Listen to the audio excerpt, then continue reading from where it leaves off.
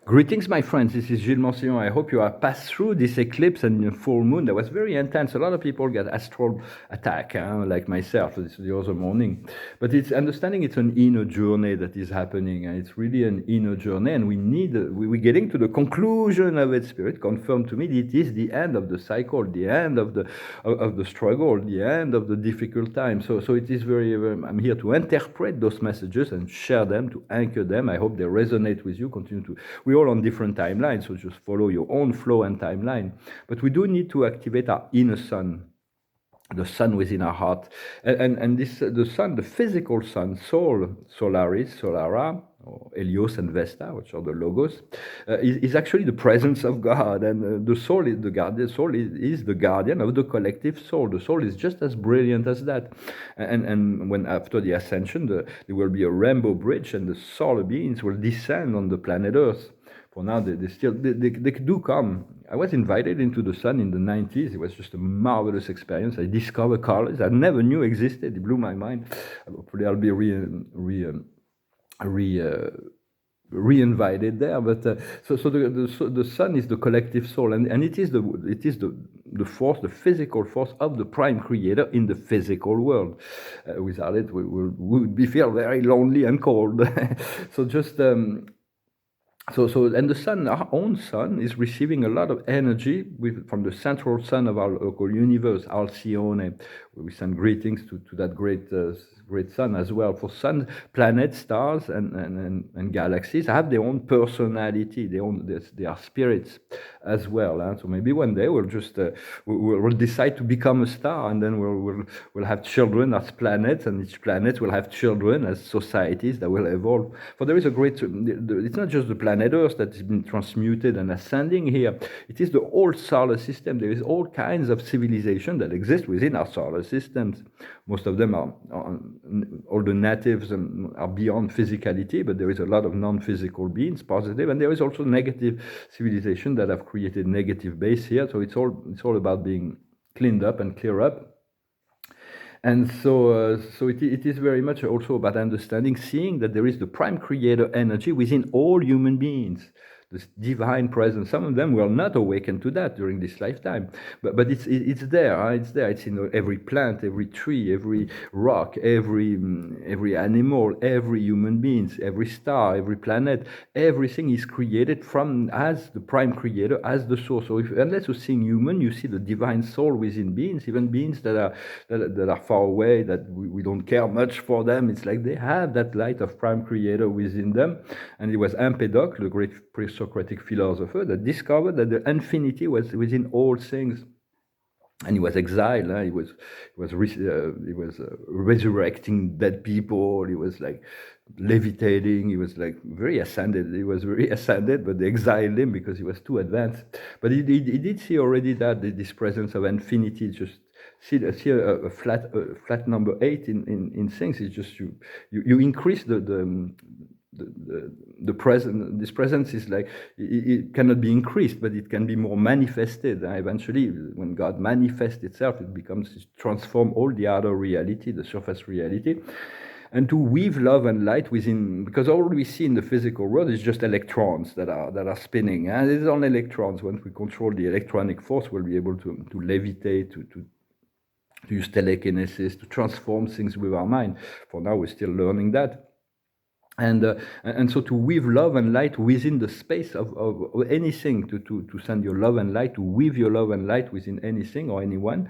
Or it's not about forcing anything or forcing anyone, but it's to connect to the human soul and the human spirit, the higher spirit of the humans, is always more interesting than to only be on the surface reality.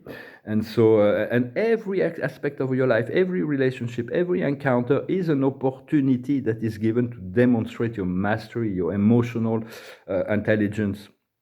And to really demonstrate your emotional intelligence and those new energies. Everybody receives those new cosmic energies. Some people just challenge their mind because they're only in the 3D ego. But as far as for us who has done some inner work, it's really leading us to our self-empowerment, to the trust within ourselves, the confidence that we are wise and clear in a relationship to what is being presented within our mind. Not on all things maybe, but because sometimes my higher self is presenting me a vision that feels quite different than from what I'm seeing right now or feeling right now. And for instance, I've been dealing for 1 year with deep soul connection or romantic connection, and I feel that she's gone, she's disappeared, and it leaves me in peace now. So it's like, if you made another choice, it's fine too. So and also see that. So it's like I don't have the keys, the ins and outs, but I trust that at the end of every process there is always a new beginning. So it's like just be in the receptive mode. For me, I'm like a hopeless romantic. No matter how many times I've had heart broken, I will always go for it. I just can't help it. Whenever the love is too attractive to pass by. So it's about developing our faith, our patience, and everything is being tested. A lot of people were interested in spirituality. We had this movement like before 2012. There were a lot of people that were waiting for the ascension, and then at the beginning of 2013, they didn't see anything, so they went back to the matrix. And now it's about the same thing. A lot of people were kind of tuned into the inner journey, but then it's too difficult for them, and so they're returning to the matrix. They still need to be but everything is perfect. Everybody will wake up and find its way at the right time, but all that are being awakened are enough to create the shift. And at the end, we'll see the process is worthy, and the whole path of suffering that we've been through and very challenging period is really we'll see that it was the awakening, and the joy of the freedom that is to come will definitely make up for all of that. For now, we also need to gather all the parts of ourselves. I'm not talking about past life, or even past life, but also incarnation, but all the parts that we know that can be wounded, that can be in doubts, that can be in fear, to bring love to them, to have compassion in relationship to our past self. It's kind of important to accept that we had to go through that, and although we didn't have to, but we did. So now we need to balance it out, and it's really the last step in this whole cycle. And the observer of the day is not for you. There's so many things that are no longer for us. We don't longer need this conflict. We don't need because even the fifth dimension is present within the third and fourth dimension. We just need to find this unity. It's really difficult to pass from duality consciousness to unity consciousness. And so just take your time. The highest wisdom is the equitable being. It's to be balanced, to be fair, to be just, to be loving, to be compassionate. What we need to understand is the miracle, the blessings, the unexpected good fortune. What we need to do is to stay true to ourselves, to our heart, to be the faithful heart. So if this person comes back, I'm going to have to forgive her, but if she's gone, she's gone. And the outcome will be the tribe. We're going to be connecting to all kinds of new people that will really increase the quality. We're going to be able to cooperate, work together, to find a function and a place within them. It's going to be very, very enjoyable, this gathering of all the soul connection, the soul tribe. And for this, like, I was like face to face with having to deal with something very, very intense in terms of romantic relationship, but and now it's like flat. I'm at peace. It's like she's gone, but she seems to always come back. But I realize it's expanded my heart chakras. It's like it broke so many limitations. It's like now I'm so clear. I'm so open to higher level, higher octaves of love. And I do feel a lot of peace and serenity in relationship to anything, to this relation, at least, because it was very challenging. But I know it was part of my mastery school. It's like I had no choice. It's like it was just like in my face all the time. I have to deal with someone else's energy all the time. And she's got a life that's completely outside of the box. That's not quite really what I would think as far as finding a mate, but nevertheless, I don't want to I shouldn't talk about it. The higher wisdom is the Amérindian. It's the observer. The observer is the Amerindian. So it might also be about America. There's a lot of shifting that is going on in America, but the Amerindians are the holder of the DNA, the keys and codes of the DNA. The red race is the first race in truth. We'll come to realize that one day, and they're really connected to nature, the Great Spirit, and they will have to be honored and respected and regain some power within the land of America. Personally, I'm very eager to return to America. The highest wisdom is to put an end to the wars and battles. For there is we do need to create to work with diplomacy, to find settlement, to find compromise, because we're wasting so much of our resources in wars, and for those who are selling guns and weapons and so on, it's like a very profitable business, and I understand the war is good for business, but peace is good for business too, and eventually we're going to redirect all those resources toward the quality of life, towards the well-being of all that live on this beautiful planet. So it is part of the awakening process, and so and there is a great shift of energy that is happening from the America and Europe as a center of cultural and economic and political power to a new center that will be relocated between China, Russia, and India. Those will be the new center. They have all the population, they have all the intelligence, and they have the resources. So, but they're not like antagonists to the rest of the world. They're very inclusive. The BRICS, for instance, they have a very wise, intelligent approach to many things, and they're very careful in relationship to what they do. But we need to put an end to the tyrannies. There is, like Plato says, tyranny is the worst, and there is so many forms of tyranny and oppression that are going on. What we need to understand is to get back within our power, to be the grand priest or priestess. What we need to do is to be noble, is the knighthood. It is to have armor, but also to defend the truth, to defend the weak, to stand for our value, to be courteous, to be noble in many ways, to have this nobility of soul, to develop that. And the outcome will be the great adventure. Is the vessel. It is like crossing the great waters. We're going to be going into great new adventures that are right about to unfold. Well, thank you so very much to support the channel, for liking, sharing, commenting, subscribing. And I thank you so very much for your donations. If you want a private session or private consulting session, sometimes it's good to have a mirror. Sometimes I get sessions. Maybe there is one that my friend Sandra in Miami. Maybe I should channel my guides. And I haven't had a session with her for decades, maybe. Well, I do get so much information directly from Spirit now. It is not like I need to get somebody to verbalize those things, but well, it's always good sometimes as soon as I'm free, I will consult many people as a mirror. But I'm going to pull some cards with the Dakini and sing a song. And the observer of the day is the guardian. It's really a mystical adventure, a mystical experience. So it's like to trust the process and to go through to integrate whatever lessons we're going through inside, the lessons that our soul and spirit are trying to teach us, or art is teaching us. Because there is an alignment to happen. It's like mentally we can say, I'm ready for this. But if it's not ready inside, which is mysterious, what is the alignment is, once the alignment is happening inside and the mind is ready, then it will flow. So it's like it took a while for me to get this inner alignment, but I know now it's there. But in the past, there is the great opening of the heart. It's the passion, the family, the creativity. Here it's called self-created. So it's very much a kind of strength and awakening and power and love. And right now we're just it's all magical. It's the treasure island. It's the star. It's the realization of our dream. Call on your guides and trust that your highest dreams and visions are here to be manifested, and you're here to live your highest version of yourself.